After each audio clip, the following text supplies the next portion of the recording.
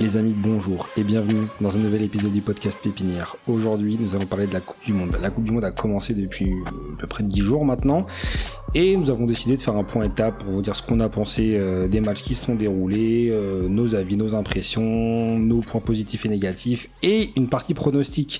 Avec moi pour en parler, 2 personnes. Bastien Morel, Babast, comment vas-tu ? Ça va et toi Nabil, tu vas bien ? Ouais, ça va. Ça va avec cette chaleur ? Ouais, ça va. La Coupe du Monde est là pour nous C'est vrai qu'on refroidir. n'arrive pas à dormir. L'application MyCanal en replay chauffe. On regarde des matchs. Tu regardes les matchs en replay aussi, toi ? Ouais, à fond. Enfin, Heureusement. Genre les matchs que tu regardes toujours en replay le lendemain ? Ouais, et même si je connais le score, c'est pas grave. Putain, c'est beau. Ça, c'est un amour du foot. Ouais, c'est exactement. Moi, j'ai du mal à regarder les matchs en replay, en vrai. Ouais, moi aussi. Moi, je me mets en mode ermite et je regarde le match. Ouais, sinon, mais ils ont fait, c'est nul cette année, la Coupe du Monde sur YouTube, les résumés, c'est minutes. Non, mais il faut pas... minutes. Non, mais faut pas aller sur YouTube, faut aller sur MyCanal, t'as des résumés de 15 minutes. 15 minutes sur MyCanal ? Ouais. Ah ouais ? Ok. Ouais. Ok. Non, mais c'est la moindre des choses, hein, franchement, sur des matchs aussi. En plus, des fois, tu sais, tu rates la nuit, tu te réveilles le matin, t'as envie de te plonger un peu. Ouais. Comment, ouais, et là, paf, tu vas. Mais bon, on va faire avec. Première critique sur la Coupe du Monde avec Franck Maingou. Franck, comment vas-tu ? Bah écoute, ça va, hein, on est dedans. Après un premier tour, de toute façon, on va en parler, un premier tour pour moi qui ressemble à une parade Disney où tout le monde est beau, tout le monde est content, tout le monde est gentil. Sauf les Tunisiens. Ouais.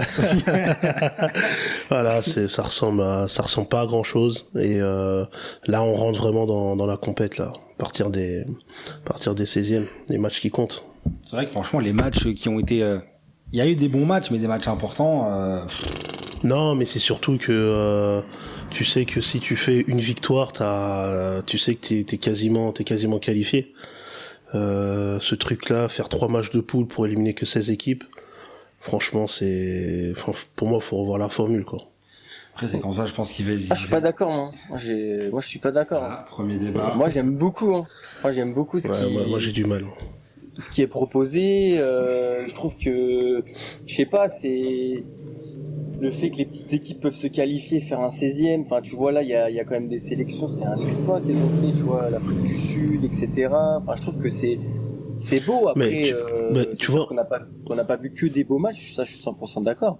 Maintenant, moi, le format, il me dérange pas. Hein. Je me dis que parce que là, le gros point négatif, c'est ils disent qu'il y a trop de matchs.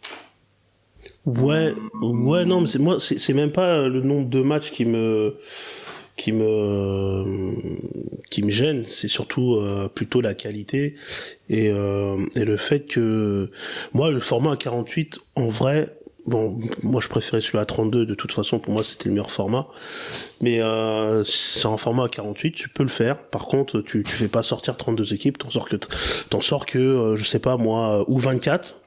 Avec par exemple les meilleurs premiers sont qualifiés directement pour les 8e, Ouais. et tu fais un espèce de barrage pour les autres, ou sinon tu prends les premiers et puis les meilleurs deuxièmes, et puis déjà t'as écrémé toutes les équipes qui entre guillemets n'ont pas le niveau, et puis tu repars sur un 8e comme avant avec des équipes qui ont fini première de leur poule et les meilleurs deuxièmes. Après, je pense Parce qu'au final, ancienne aussi. formule ou nouvelle formule, avant, on avait aussi des matchs où il y avait un bloc bas qui défendait pendant 80-90 minutes et l'équipe la plus forte qui essayait de marquer. Là, on l'a eu, mais on l'avait aussi dans les autres formats. Donc moi, ça me dérange pas plus que ça, tu vois. Donc Après, je pense aussi qu'il y a un nivellement par le bas du fait de la Coupe du Monde à 48. Après, c'est que nous aussi, on se pose en tant que Français, comme on est l'une des meilleures équipes du monde depuis tous les temps, en soi, on se dit que oui, nous, on veut que des matchs de qualité, etc. Sauf que si on se pose pas en tant que mec du Panama, en tant qu'Iranien, en tant que Jordanien, c'est au Cap-Vert, faut mettre les mecs d'Haïti, genre pour eux, genre c'est exceptionnel. Et puis genre, même quand tu regardes les images dans ces pays de gens, même t'as des matchs en pleine nuit ou à 5 heures du matin, des gens qui se réveillent le matin pour se réunir pour regarder les matchs. je pense après c'est deux visions qui se confrontent. Après, je pense que malheureusement la FIFA a fait ça surtout pour engranger de l'argent. Oui, bien sûr. Je pense de toute façon on le sait même avec les hydration break qui sont c'est terrible. Enfin, je sais pas ce que vous en pensez, mais c'est ce qu'on appelle des cartons. Ça c'est le pire ça. Malheureusement, il fait 22 degrés dans les stades. Ouais. Il fait 22 degrés dans les stades, ils font des pauses de 3 minutes. Ouais, mais ça s'adapte à la manière dont les jeunes, je vais encore mettre un tacle à la nouvelle génération, je suis désolé, mais ça va s'adapter avec comment regarde le foot la nouvelle génération. Et en fait, personne peut rester 45 minutes sans regarder son téléphone. Et là, le fait de couper toutes les 20-25 minutes, bah du coup ça permet de et ça va avec le temps en fait. Et on va pas y échapper en championnat. C'est une histoire de pognon. Je sais qu'il y avait une étude qui avait été faite sur tout l'argent qui est généré par les pubs durant les pauses de carton. Et c'est des montants, enfin ça se compte en centaines de millions d'euros. Bien sûr, mais de toute façon ça a été fait pour ça, hein, donc. Mais bon, enfin moi je trouve ça. Après bon, c'était un peu évident, mais chaque fois ça a été envisagé, ça a été pensé, puis repensé. Et à chaque fois les gens disent mais non, c'est pas possible. De toute façon, on va y arriver. Je pense que le foot, comme tout, devient un produit, un marché comme un autre, et les lois du marché vont s'imposer au foot, qu'on le veuille ou non, malheureusement. Et moi, je trouve ça dommage parce que je trouve que parfois, en fait, ça tue la dynamique d'une équipe ou d'un match. Ah, mais bien sûr. Il y a des équipes qui jouent bien, elles sortent une pause. Non, parce que t'as aussi. Inversement, il y a des équipes qui ont marqué après la pause fraîcheur. Mais c'est aussi que ça permet aussi au coach de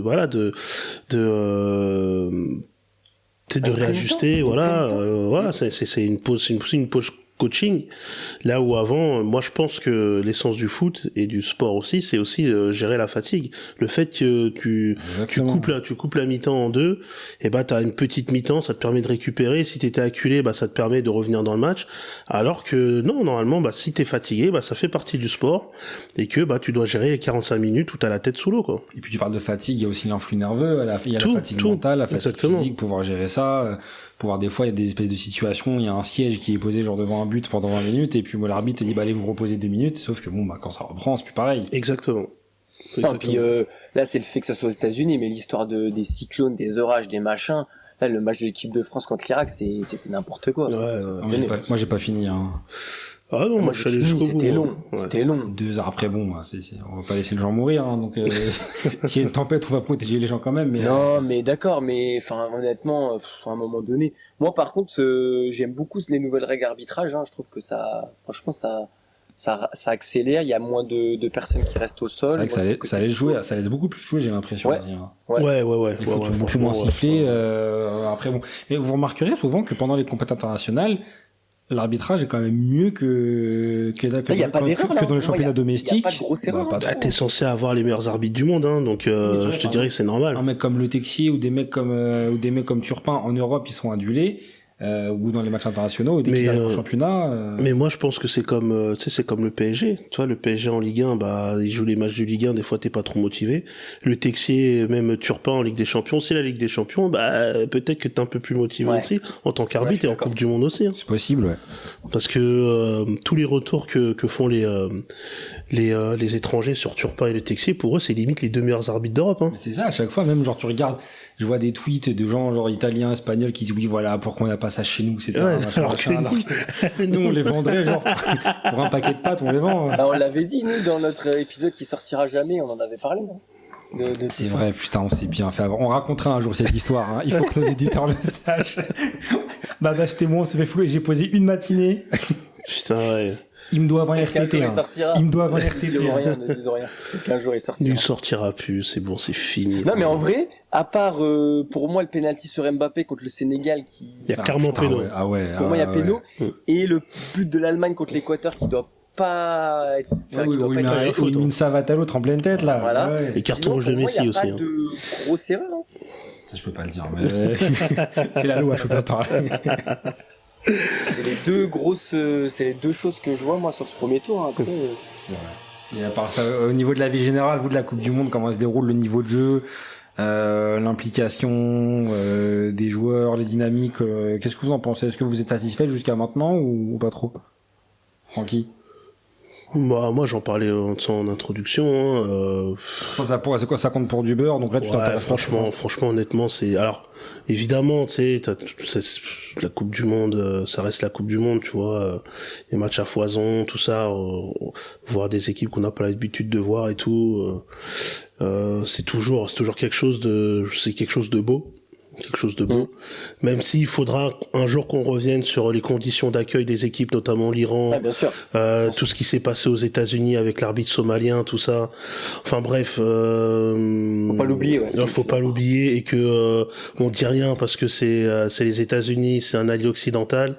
Mais je suis convaincu que tu fais la même chose dans un pays à l'est de la France qui a organisé une Coupe du Monde il y a 8 ans. Ils font le quart de la moitié de ce qui s'est passé aujourd'hui.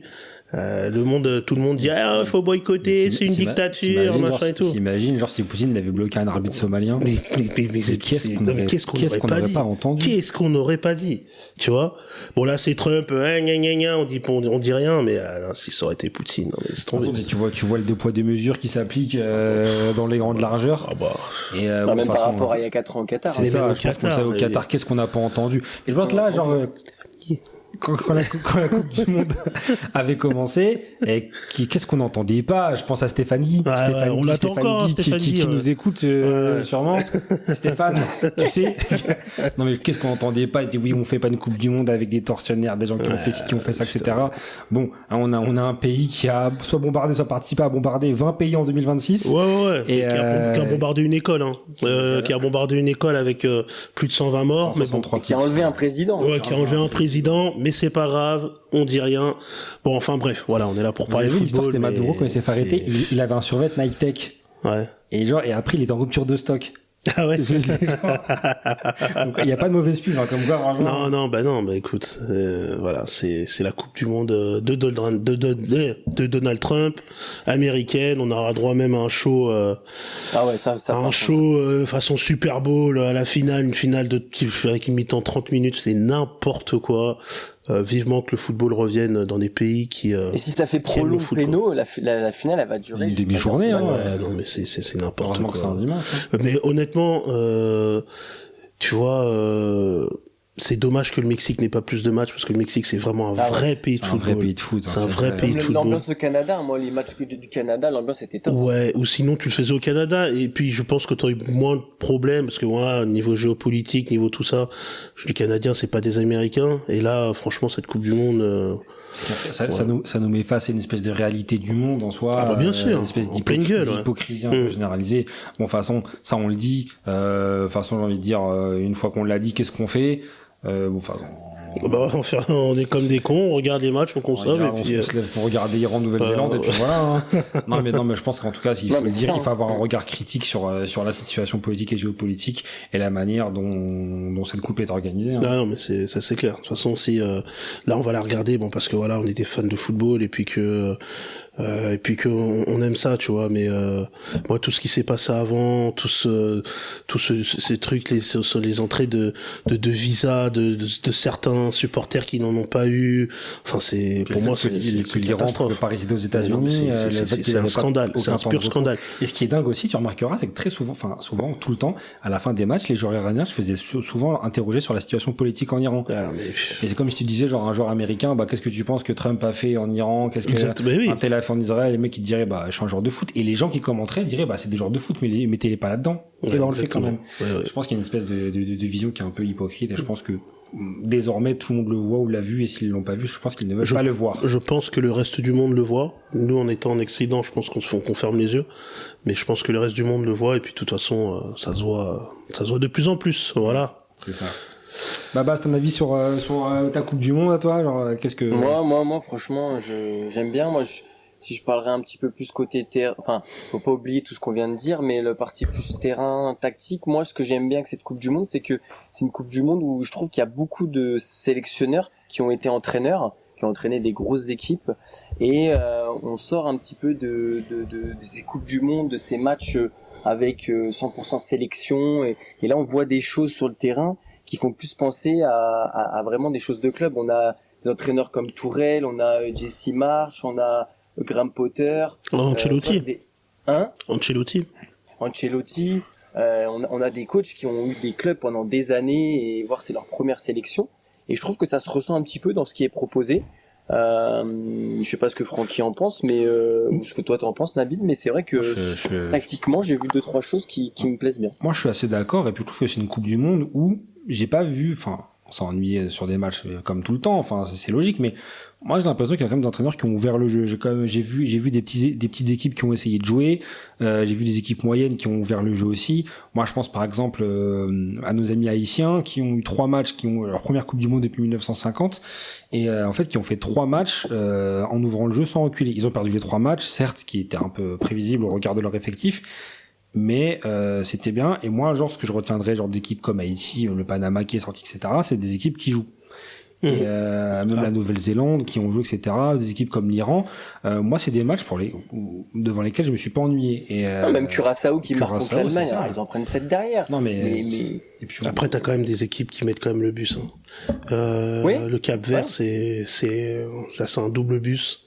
C'est moi ce qui me dérange, c'est que un bus londonien. Des équipes comme le Cap-Vert, des équipes en fait qui ont une espèce d'expérience, ils ont joué, ils ont fait des CAN, ils ont joué à des bons niveaux, je crois qu'ils ont fait une quart de finale en CAN, et non, comme quoi, moi ça m'étonne un peu. Après moi j'en veux plus à l'Angleterre par exemple contre le Ghana, ou à l'Espagne contre le Cap-Vert, de pas avoir réussi à manier ces blocs bas, et l'Angleterre ça va être un réel problème parce qu'ils vont avoir le même cas de figure face au Congo dans quelques jours, et je trouve qu'ils ont du mal dans cette gestion de comment à déséquilibrer des blocs bas, et ça va leur poser problème parce que là contre le Ghana ils ont eu le cas, et ça va leur arriver dans quelques jours, et moi c'est vrai que c'est aussi la responsabilité des grosses équipes de pouvoir gérer des blocs bas.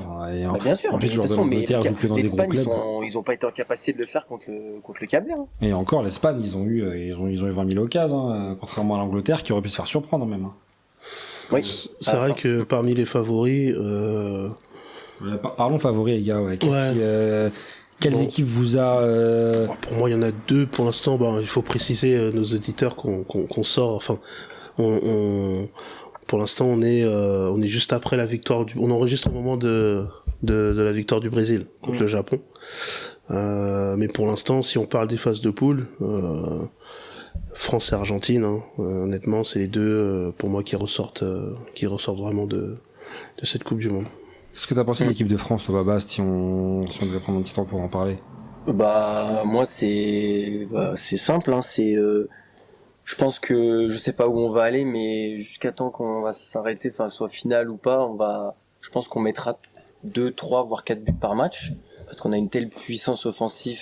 J'ai jamais vu une armada offensive comme ça dans toute ma vie. Par contre, ce qui m'inquiète, c'est derrière, c'est-à-dire que je pense qu'on va prendre des buts, et donc il va falloir qu'on en mette, qu'on en ait 2, 3 d'avance pour être serein. Donc non. Non, je suis d'accord avec toi, mais je pense que Deschamps est suffisamment intelligent pour trouver un équilibre. Après, tu peux toujours te faire surprendre sur un match, hein. C'est pas des matchs aller-retour, c'est des matchs secs. Donc t'es pas à l'abri de prendre un truc à la con, un carton rouge très tôt dans le match. Enfin, tu vois, on est à l'abri de rien. Mais honnêtement, sur ce qu'on a vu, moi je vois, à part 3-4 équipes dont l'Allemagne, parce que c'est ça, on n'est pas invincible. On n'est pas invincible, dont l'Allemagne. L'Allemagne, c'est toujours particulier, les France-Allemagne, tu vois. Même si les Allemands, je les trouve pas bons, mais c'est en France-Allemagne. Tu sais, tu peux te faire surprendre. Mais franchement, moi l'armada offensive de la France, mais honnêtement, moi je pense j'ai jamais vu ça. Enfin, des joueurs. Puis là les trois, je pense, les trois ont jamais joué ensemble, mais j'ai l'impression que tout s'emboîte bien, tout est bien huilé. Puis on a Désiré Doué et Barcola qui font la paire, et ça marche hyper bien. Moi, honnêtement, je suis pas sûr que dans l'histoire d'une sélection de notre vivant, on ait vu un front d'attaque aussi fort en Coupe du Monde. De l'histoire. De toutes les sélections? Toutes les sélections de notre vivant. Franchement, le Brésil 2002 avec... Brésil 2002, c'est Ronaldinho, genre c'est un joueur du Paris Saint-Germain, c'est une jeune étoile montante. On a Ronaldo qui revient de blessure. Là, tu regardes... Rivaldo quand même. Rivaldo, c'est top, mais je pense que... tu regardes Michael Olise, c'est 3 ballons d'or risables. Ouais. 3 ballons d'or Isable qui sont sur le front de l'attaque. Ouais, mais chacun en 2002, les 3 ont eu le ballon d'or aussi. Hein. C'est vrai. Chacun a eu... mais les 3 ont pas fait leur meilleur match en même temps. Et chacun a eu son match. Et c'est ça qui Dembélé fait peut-être son meilleur match et Olysée fait peut-être son moins bon match contre la Norvège. Mbappé avec Olysée, ils font un bon match contre le Sénégal. Et contre l'Irak, donc c'est ça. Mais moi derrière, ça me fait vraiment peur. Mais moi, je pense que Babas, je pense ils peuvent pas être bons en même temps les 3. Tu vois, c'est très compliqué au final. Sur les pieds, ouais. Mais bon, mais le truc c'est que s'il y en a un qui est pas bon, t'en as 2 autres derrière. Ouais, Je prends par exemple le Brésil actuellement. Rafinha s'est blessé, il était pas bon au début, mais il s'est blessé. Si demain il y a un gros match, Vinicius passe totalement à côté de son match. Ah oui, mais c'est mort. Et bah c'est mort. Enfin, sauf si il y a sauf miracle. Je vois pas comment ils peuvent se sortir d'un match comme ça aujourd'hui. C'est pour ça que, puis nous, tu en parlais tout à l'heure, Nabil, je pense que nous, on a l'un des meilleurs bancs. Aujourd'hui, on sort clair. Barcola, on peut sortir Cherki. Terrain, on a Manu Koné. S'il n'y a pas Manu Koné, N'Golo Kanté. Même en défense. Pardon ? Vous mettez qui au milieu ? Moi, si je vais faire l'équipe, je pense que je mettrais Manu Koné déjà. Moi, je resterais sur Tchouaméni Rabiot. Et Tchouaméni. Et après, Rabiot, il a quand même des garanties en équipe de France. Moi, je pense que, de toute façon, quand on va arriver si on arrive, tu sais, quart, tout ça, là, où ça commence à être chaud, tu t'es pas à l'abri d'un milieu, Koné, Tchouaméni, Rabiot, et tu laisses les 3 devant, là, Dembélé, Olysée, Mbappé. Ça peut marcher aussi, hein, parce que, Doué, ouais. Ouais, parce que, on va pas se mentir, que ça soit Doué. Barcola fait de bonnes entrées. Après, je trouve que ça reste quand même en dessous. Mais je pense que Doué à un moment donné va sortir du 11. Puis moi j'ai une espèce, aussi on n'a pas parlé, mais une vraie déception dans cette équipe de France, c'est Ryan Cherki. Ah ouais. Et c'est moi qui le dis. Hein. Ah, les entrées sont pas bonnes du tout. Et c'est moi qui le dis. J'ai l'impression du tout. En plus, il a un rôle à jouer parce que Deschamps c'est quand même un homme. Enfin, il a quand même ses groupes. Mais si pendant la compétition tu joues, bah il te mettra et tu joueras au mérite. Et il rentre, j'ai l'impression, je sais pas, il est pas dedans. Alors, il joue à la baballe, il est moins précis, il est moins tranchant. Alors que, juste avant la Coupe du Monde, les matchs de prépa, mais il était, le match contre la Côte d'Ivoire, il était exceptionnel. Pour moi, genre, c'était, il était pas loin du 11. Moi, je pense qu'il est persuadé contre la Côte d'Ivoire qu'il va démarrer contre le Sénégal 10 jours après, enfin une semaine après. Bah, je pense que, moi, je me suis dit. Ça lui met un coup, hein. Après, le truc, c'est que, et après, le match d'après, je sais pas, il joue contre qui la France, d'après? Irak. Non, l'Irlande. L'Irlande du Nord. Oui, et puis, après. Il fait une entrée catastrophique. Et l'Irlande, il met son 11. Et en fait, et là tu disais que c'était, enfin, on s'est tous dit que c'était le 11 qui allait commencer la compétition. Je pense que lui aussi s'est dit ça. Mais bon, enfin, je sais pas si c'est un problème genre d'esprit, c'est un problème de mentalité. Je suis assez déçu de sa compétition et c'est moi qui le dis. Hein, donc peut-être le premier fanboy de Cherki en France. Et non. D'accord. Non mais après sinon d'autres équipes. Tu parlais de l'Argentine, toi, Bast. Non, Francky, tu parlais de l'Argentine. Bast, qu'est-ce que t'en penses, toi? Ouais, l'Argentine, et puis bon, l'Argentine, il joue pour Messi, et puis je pense que c'est l'une des équipes comme nous qui ont quand même un banc qui est assez intéressant. Ils font quand même rentrer des... Puis tu sens qu'ils ont des certitudes. Ah, c'est exactement. C'est tu sens que la passe elle va arriver, tu sens que ils sont quand même bien en confiance, et puis bon avec et c'est tout le monde en fait avec Messi, et c'est ça moi que je trouve bien, c'est qu'en fait t'as 10 joueurs et Messi. Tous les joueurs vont faire en sorte que Messi y arrive, ils vont lui faire la passe, et puis Messi, bon bah comme c'est Messi, il y rentre, et en fait tout roule, tout se goupille bien, donc c'est une équipe, et en plus ils ont une partie de tableau où ils jouent littéralement personne. C'est n'importe quoi. Alors attention au quart contre la Colombie, parce que moi on en parlera peut-être après de nos surprises, mais la Colombie, Babas, il y a un truc, bon, alors je suis d'accord avec toi, c'est une très belle équipe les Colombiens, mais pour suivre un peu ce qui se dit sur le football sud-américain, sur les grandes compétitions, il y a toujours une soumission psychologique des autres nations sud-américaines par rapport au Brésil et à l'Argentine. Tu regarderas, à chaque fois que c'est des matchs qui comptent, que ce soit en Copa América ou en Coupe du Monde, quand le Brésil ou l'Argentine jouent une autre équipe sud-américaine, ils passent tout le temps les Brésil et Argentine. Je me rappelle du Chili en 2014. Exactement. Qui était meilleur que le Brésil sur le terrain. Ah, bien sûr. Et qui perd, c'était genre le mec qui s'appelle Pinaya Opininia, qui met la barre à la 120e. Oh là là là. Il met la barre à 120e, mais je crois qu'ils s'en étaient jamais remis après. Non, mais il s'est fait tatouer, je crois. Je vois ce que tu veux dire. Mais moi, tous les cas, ce qu'ils proposent, je me dis que... Ah, la Colombie, c'est une super équipe, je suis d'accord, moi, ouais. Après, là, donc l'Argentine, il joue le Cap-Vert. Après, il prendrait le vainqueur de Nouvelle-Zélande-Irak. Après, il prendrait Égypte, voilà. Après, il prendrait le vainqueur de soit Suisse-Algérie, soit Colombie-Ghana. Enfin, ouais. Et en demi-finale, il prendrait soit l'Angleterre, soit le Mexique, soit la Norvège ou la Côte d'Ivoire ou le Brésil.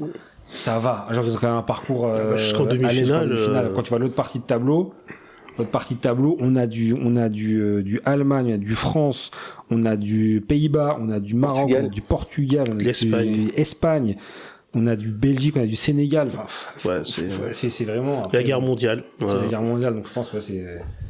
Donc après après c'est aux équipes, c'était au Portugal d'aller se qualifier pour être de l'autre côté de tableau. Hein, donc, exactement. Exactement. Mais non mais ouais, ok. Est-ce que vous auriez, une équipe qui vous a surprise? Babas parlait de la Colombie. Toi, est-ce que t'as une équipe qui t'a étonné, toi, Francky? Moi, j'aimais bien le Japon. Malheureusement, depuis 1 heure et demie, ils sont éliminés. Mais je trouvais que c'était une équipe qui était bien disciplinée, qui jouait avec ses qualités. Et je les trouve vraiment intéressants à les voir jouer. Après, ils ont un plafond de verre, j'ai l'impression. À chaque compète, bien sûr. Ils ont jamais gagné un match à élimination directe. Exactement, c'est ça. Et à chaque fois, on se dit, c'est bon, ils vont le faire, c'est bon, etc. Ouais. Et même à l'époque, un peu moins maintenant, mais à l'époque, sur le continent asiatique, c'était vraiment des terreurs. Ouais. Le Japon, ils terrorisaient tout le monde, et dès qu'ils arrivent en compétition internationale. Et puis, évidemment, j'ai bien aimé les Ivoiriens aussi, tu vois. C'est vrai. Les Ivoiriens, franchement. Nicolas Pépé, dédicace, je sais pas comment ils font pour pas gagner contre l'Allemagne. Poids de vin d'origine. Ouais. Qui met un doublé pour les qualifier, c'est exceptionnel. Mais ouais, en plus, contre l'Allemagne, ils auraient dû gagner, hein. Genre, si Adingra, la met en une touche. Lui, franchement, il m'a énervé, lui, putain. Ça doit faire 2-1. L'Allemand, lui, il met le but, hein. C'est un problème de confiance. Ça, tu me dis à tes joueurs, Francky, ça. Ouais. C'est surtout, je pense, un problème. Devant le but, une touche, je sais pas. Tu penses c'est technique ou c'est confiance, là? C'est un peu des deux, je pense. Parce que le ballon en plus il arrive bien, il arrive pas trop vite, il est pas obligé de la contrôler, tu vois. Pas trop derrière, pas trop devant. Non. Je pense que là à ce niveau-là c'est de la confiance parce que un vrai mec, un attaquant, t'es dans la surface, le ballon il t'arrive bien, tu cherches pas à faire un crochet pour te rassurer. Faut marquer, là, tu la fous en une et puis voilà. Hein. Honnêtement, tu te poses pas la question. Je sais pas ce que vous en pensez, mais des 3 pays organisateurs, moi j'aime bien ce qu'ils ont. Enfin, mention pour les États-Unis, j'ai vraiment bien aimé ce qu'ils ont fait. Ah, moi plus le Mexique, tu vois. Mais ouais, les 3, c'est plutôt intéressant. Moi j'aime bien. Plus le Mexique, toi? Ouais, plus le Mexique. Après, c'est bien ce que font les Américains, c'est pareil, ils ont une partie de tableau, c'est n'importe quoi.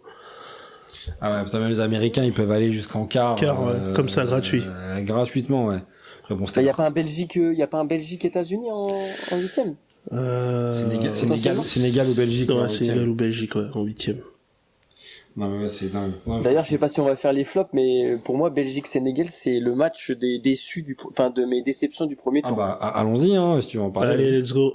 Et c'est le match, pour moi, le Sénégal, ils auraient dû terminer derrière la France. C'est ça, tu vois, c'est les troisièmes meilleurs. Tu sais, t'as des équipes où tu dis, bon, Alex, c'est sympa, ils y vont, mais franchement, le Sénégal, rien à voir avec le fait qu'il nous ait volé la finale de la CAN, mais Non, mais tu vois, par exemple, moi je trouve que c'est quelque chose qui revient notamment sur le Sénégal et le Maroc. C'est des équipes qui, devant le but, le Maroc, ça va être un problème parce que ils ont pas été efficaces sur la première phase. Et le Sénégal, c'est pareil. Ils doivent avoir 1-0 à la mi-temps contre la France, le Sénégal. Ils doivent jamais repartir à 0-0. C'est pas possible. Je trouve que le Maroc, après le Maroc, moi, ça a été pas une bonne surprise, mais bon, Ayoub Hadi et El Ainaoui, c'était une bonne surprise ensemble. Ouais. Moi, j'ai un problème avec le Maroc dans les deux surfaces. J'ai peur qu'ils marquent pas sur leur temps fort et j'ai peur qu'ils prennent aussi des buts sur leur temps fort. Ça a été le cas contre le Brésil parce qu'ils ont quand même dominé le Brésil pendant une mi-temps. Ouais. Et ils prennent un but sur leur temps fort. Ça, c'est un truc qui est dingue. Mais ils prennent le but juste après. Ils prennent après la pause fraîcheur. Après la pause fraîcheur. Ouais. Tu vois, regarde, on en parlait tout à l'heure. Hein. Et les joueurs de Saïbari sont un peu en sur-régime. Pour l'instant, il fait le taf. Hein. C'est vrai. Franchement, Dieu sait que je l'ai détesté pendant la CAN, mais là, franchement, il marque. Mais ok. Déception, Francky, toi tu mettrais qui? Déception chez les favoris ou en général? En général, ça peut être un joueur, ça peut être une équipe. Ça peut être, moi j'attendais plus de la Turquie. éliminé au bout de 2 matchs. Franchement. C'est vrai qu'en plus t'es malheureux, hein, ils font genre 60 frappes sur 2 matchs. Ouais, c'est ça. Donc ils ont pas eu de chance, mais.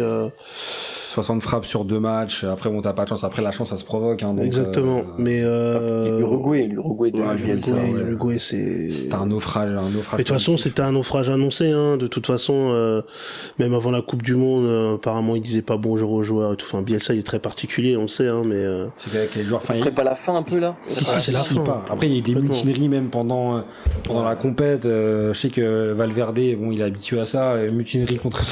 Lui, il faudra qu'on s'occupe de son cas, lui, un jour. Valverde, lui, hein, parce que c'est pas la première fois entre le fait qu'il était dans les joueurs qui ont fait partir Xabi Alonso, sa bagarre avec Tchouaméni, là avec Bielsa, je pense que c'est Valverde il pose son brassard. Non, franchement, ce mec-là, tu perds une bagarre, tu poses ton brassard.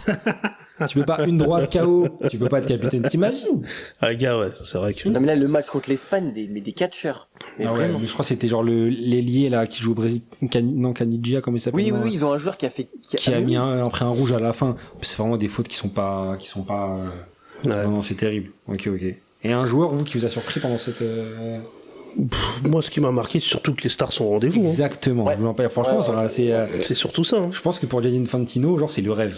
C'est le rêve. C'est le rêve ultime. Messi qui marque, Mbappé qui marque, Ronaldo qui marque, qui revient entre les morts pour marquer Vinicius. C'est bien sûr, le Ballon d'Or qui met 4 buts aussi. Le Ballon d'Or qui met 4 buts, Mbappé, machin, les beaux buts en plus, les trucs, en plus, non, c'est, je pense que c'est, à part Yamal, mais bon, je pense que Yamal, du fait de sa blessure, il a eu du mal à revenir.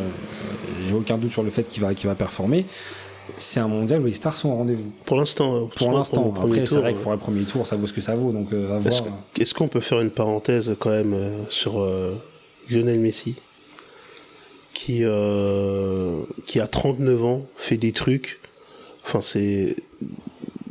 Comment ne pas dire que c'est pas le meilleur joueur de l'histoire, honnêtement. Et vous savez, hein, je suis pro Real, je suis tout ce que vous voulez, j'aime pas les Argentins.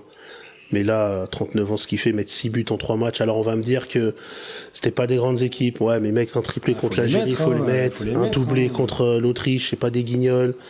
Non, ce qu'il fait, moi, dans le jeu. C'est exceptionnel. Oui. Je trouve que c'est pas juste s'il marque une passe-but, hein. Puis moi, je pense qu'il fait des choses contre l'Autriche. Contre l'Autriche, il a fait des choses intéressantes. Et c'est un joueur qui a une telle maîtrise, en fait, de son corps, de son jeu, de la manière dont il se place, de la manière où il les frappe quand il frappe.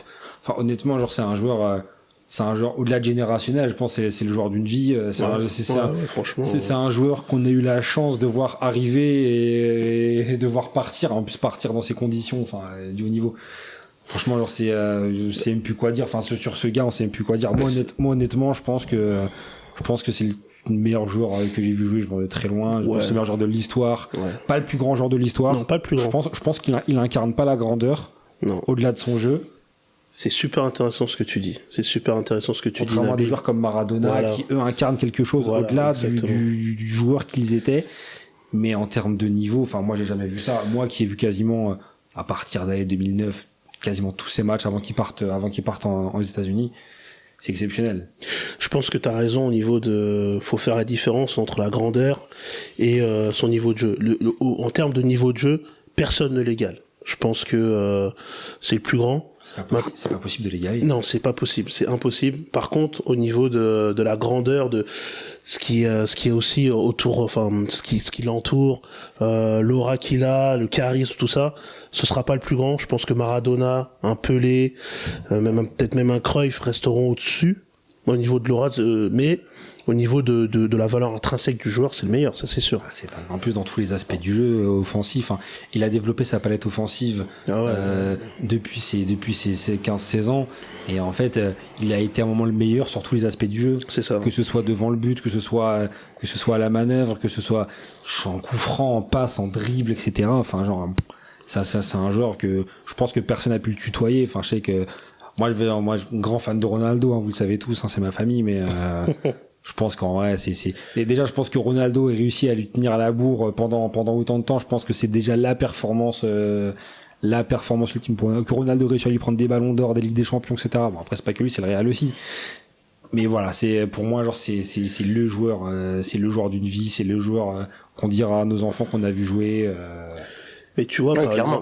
Par exemple, tu vois la différence entre Messi et Cristiano, tu vois, c'est que je pense que Messi, à 39 ans, il a conscience de son âge et il s'est préparé par rapport aux capacités qu'il a aujourd'hui.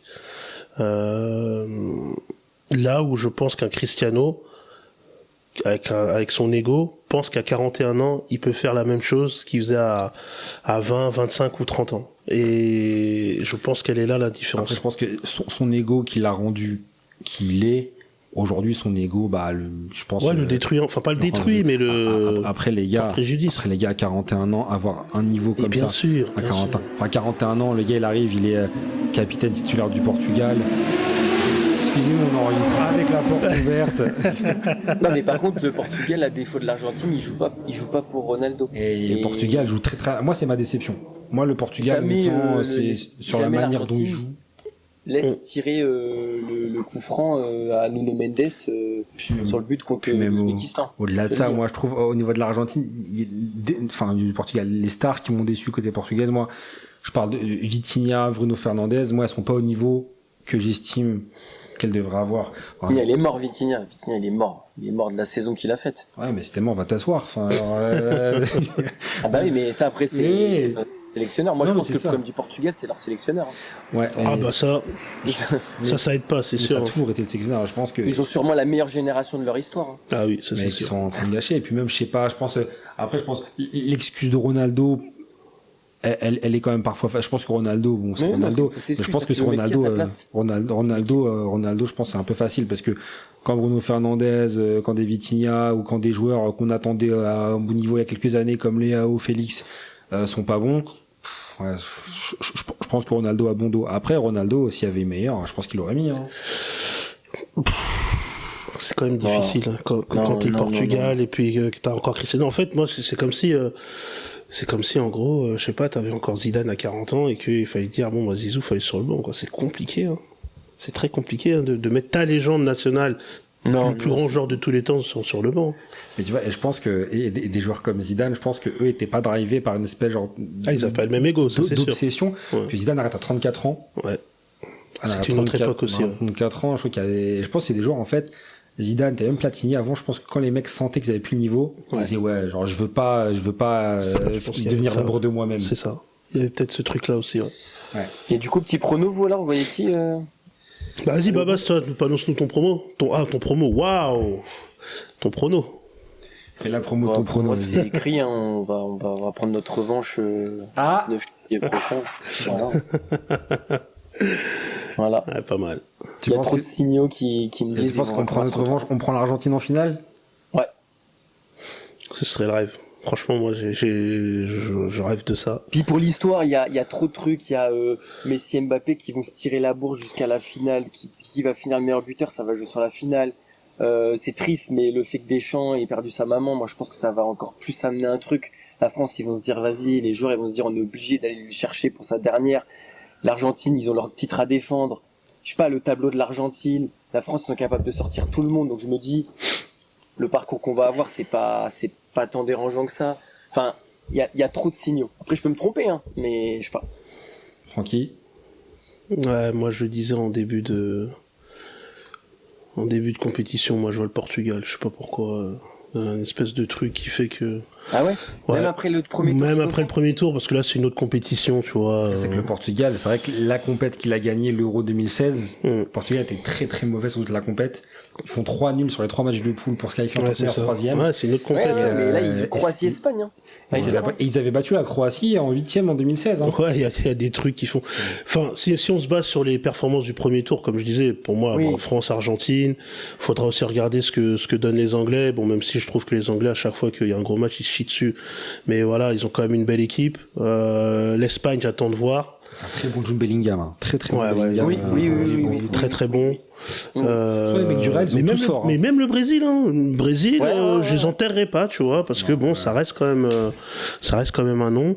Mais alors sur un pronostic irrationnel, je dirais le Portugal, parce que je sais pas, je sens que ce sera le Portugal cette année. Si on est de manière réaliste, pour moi, France-Argentine en finale. Moi, j'ai peur que la France soit une histoire qui soit trop belle. Et je pense que l'histoire trop belle fait que ça pourrait Tu penses à Sotou, toi? Ça se tout en quart contre le Maroc, c'est ça, toi? Les gars, s'il y a le Maroc, je suis pas avec vous, hein. Préparez-vous, hein. On va faire un podcast. Je vais te renvoyer à la frontière, je vous le dis, moi, si on fait un podcast, hein. Et je sais pas, moi, je vais pas dire malheureusement, je sais pas, peut-être un truc genre l'Allemagne. Moi, j'ai peur que la France choque face à une équipe dont elle est bien meilleure. Je pense à 2021. Après, est-ce que cette génération qui a vécu 2021, l'élimination contre la Suisse, contre qui ils étaient bien meilleurs, est-ce que ça leur a pas servi de leçon, ils seront meilleurs? Mais je sais pas, moi j'ai peur parce que tu le disais, Babas, défensivement il y a quand même eu des failles, après je pense qu'on va prendre des buts, hein, ça c'est sûr. Prendre des buts. Est-ce que si un jour je sais pas, on a la machine devant est moins huilée, si les mecs mettent le bus, je sais pas, est-ce que contre une espèce d'Allemagne qui a l'expérience des grands rendez-vous, pas cette génération, mais je pense que c'est quand même ancré dans leur histoire, je sais pas. Non, puis on n'a jamais été mené, hein. Faudra voir si on est mené, que derrière t'as un bloc bas, faudra voir comment ça se passe, hein. Ouais, et puis moi je suis d'accord. Moi je dirais, j'ai peut-être Portugal, je les sens pas trop mal. Argentine aussi, malheureusement, moi je pense que c'est quand même genre, en plus ça fait un peu chant du cygne, en plus t'as des joueurs qui sont dévoués à Messi, je sais pas, même pas ils sont dévoués, c'est carrément, tu sais, c'est comme si le mec c'était c'est même plus de l'admiration là, c'est une divinité.